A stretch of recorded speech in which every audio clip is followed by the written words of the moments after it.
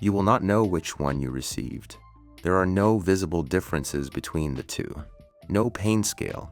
No way to tell from the wound itself. You just wait. You watch the clock. And somewhere between the 10-minute mark and the 30-minute mark, you find out. You have been doing this for 4 years. Here's the thing about the King Cobra that makes it different from everything else on this channel. It is not federally banned. There is no single federal law specifically prohibiting private ownership of a King Cobra in the United States. What exists instead is a patchwork of roughly 50 different answers, none of which agree with each other. Half of US states prohibit venomous exotic reptiles outright. The other half regulate them. Liability insurance, facility inspections, municipal approval, permits ranging from $50 to several $100s. This is a hypothetical scenario. In the states where this is technically legal, someone reviewed an application, inspected a property, and decided that a private citizen keeping the world's most dangerous snake in a suburban enclosure was an arrangement the state was willing to sign off on.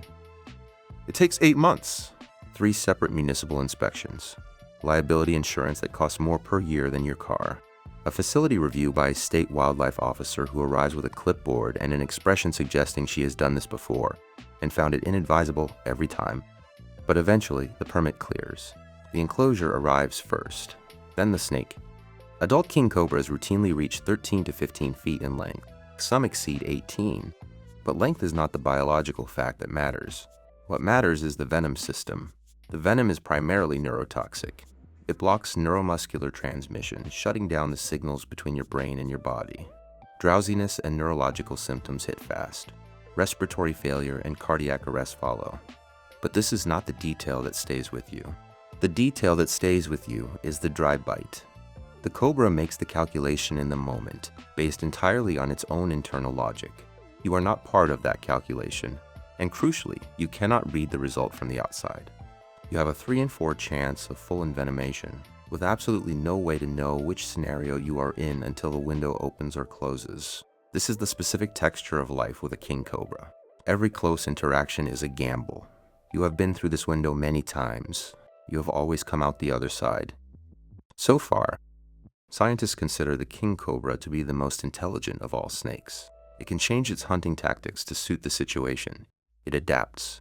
It solves problems. They are also known to recognize their handlers, primarily through scent. The flickering tongue presses against the Jacobson's organ on the roof of the mouth, building and updating a chemical model of the people in its environment. It knows your scent. It has known it since the first week. In captivity, they tell the difference between cleaning time and feeding time. It knows the difference between the routine that ends with food and the routine that ends with nothing. It has mapped the patterns of your presence the way a security system maps a room. This is genuinely remarkable. And it is the most misleading fact about king cobras in a domestic context, because recognition is not a relationship. The cobra knows who you are. It has learned your schedule, your approach patterns, your specific scent under stress versus your scent at rest. But it feels absolutely nothing about any of this. Not warmth, not loyalty. You are a variable in the enclosure, a consistent, known, non-threatening variable that arrives on a schedule and produces food. That is the entirety of your relationship, represented accurately from the cobra side of it. You have spent 4 years trying to build something with an animal biologically incapable of the concept. It is not cruelty. It is not indifference. It is simply the complete absence of the architecture that would make it possible. This is the thing you cannot explain to anyone who asks how it is going. The king cobra's diet is highly specialized. In the wild, it feeds almost exclusively on other snakes. The name of its genus, Ophiophagus, translates directly from Greek as snake eater. In captivity, they can occasionally be conditioned to accept mice and rats. This is the version most people hear. What they do not hear is the refusal rate and the specific behavioral problems that develop when an apex predator spends years eating prey it was never designed for. The more accurate long-term management strategy is to maintain a live feeder snake colony. You are now keeping snakes to feed your snake. The feeder colony requires its own enclosures, its own feeding schedule, its own veterinary oversight. Between the cobra's enclosure, the feeder colony, the live prey management, and the insurance-required facility standards, you have converted a significant portion of your home into a commercial reptile operation. Your homeowners association has been informed. The homeowners association has opinions. The The liability rider on your insurance policy has a specific clause for venomous reptiles. You found this out at renewal. It is not a small number. There is a period every few months when the cobra goes temporarily blind. During that window, every behavioral pattern you have spent years establishing means absolutely nothing. If you want to know what that looks like from inside the room, stay with us. If you are new here, subscribe now. 1 animal per week. Now, the shedding window. Every 2 to 3 months, the king cobra sheds its skin. In the days before shedding, a layer of fluid builds up between the old skin and the new. This covers the eye caps, creating a milky opacity. For the duration of this pre-shed period, the cobra cannot see clearly. A king cobra that cannot see clearly defaults to a specific behavioral setting. Every animal in the natural world that has ever approached a king cobra from a blind spot has provided an evolutionary data point. When vision is compromised, threat assessment recalibrates to maximum sensitivity. Anything that moves or creates a disturbance is a threat until proven otherwise. The routine you built, the schedule, the approach pattern means nothing. The cobra does not recognize the routine when it cannot see the person performing it. You are simply a moving heat signature in a compromised visual field. You do not enter the enclosure. You do not handle the snake. You ensure water is available through the external access panel, and you wait.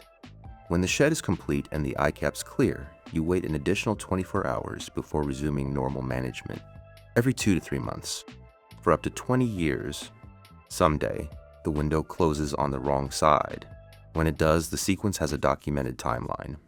Neurological symptoms manifest first: drowsiness, then ptosis, the involuntary drooping of the eyelids as the neurotoxin begins its work, then difficulty breathing.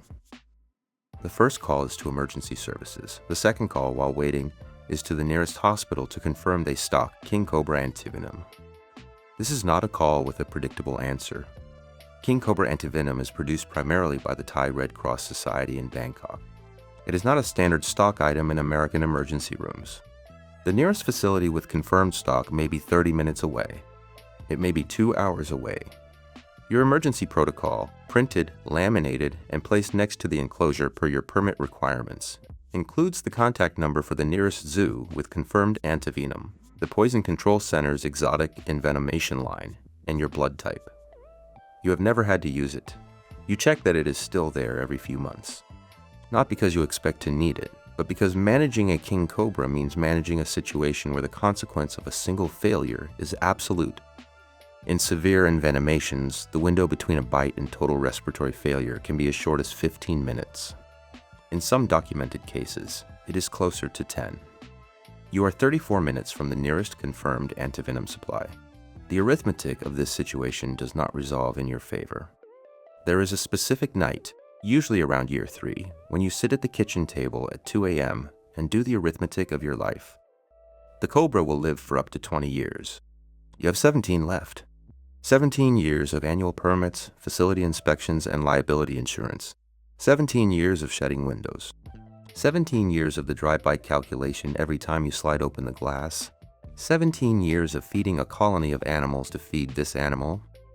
You have spent 3 years learning its patterns, its pre-strike signals, the specific quality of its stillness when it is calm versus when it is not. You can read it now with a precision that took years to build. It has spent 3 years learning your scent. That is the entirety of what you have exchanged. It knows you are there. It has always known you are there.